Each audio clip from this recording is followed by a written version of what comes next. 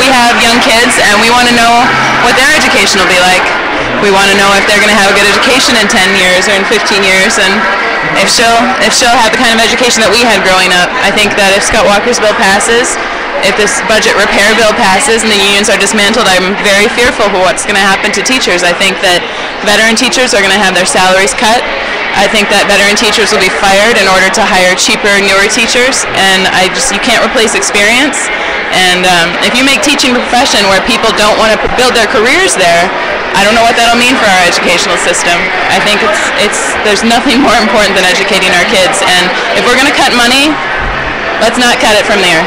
Let's not cut it from our children. And I also think it says a lot that we've given concessions and given up part of our paycheck and agreed that sure, we'll pay for our health care, we'll pay for our pension, and he's still just interested in, she's smiling at you, he's still just interested in axing our unions, and it scares me. I don't teach, I'm working on getting certified to teach, but my husband's a teacher, and I want him to be safe at work, and I want him to have a voice at work.